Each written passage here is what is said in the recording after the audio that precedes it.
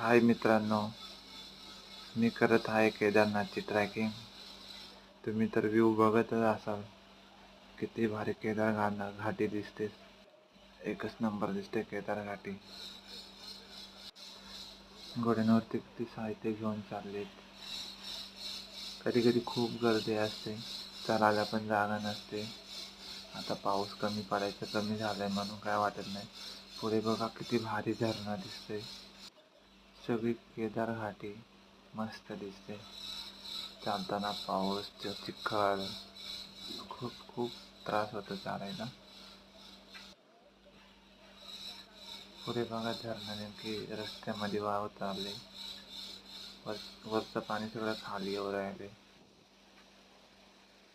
अख्खा रोड मध्ये पाणी सगळं.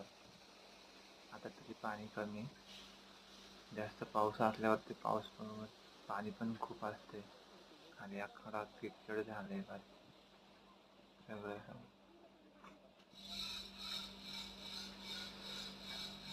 इथे काही दमलेत थकलेत वरती आल्यावरती तर असते अशी चालत चालत चालत. काही घोड्यांवरती पण जातात.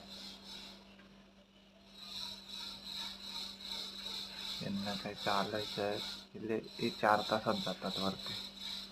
तसं माणसाला 5 तास लागतात, 6 तास लागतात. आपण चालत चाललं जायचं तसं 4 तास लागतात. पण इकडं असं व्ह्यू बघितलं ना, एकदम खतरनाक दिसतं. एकदम मनाला शांती वाटते. सगळा थकवा निघून जातो.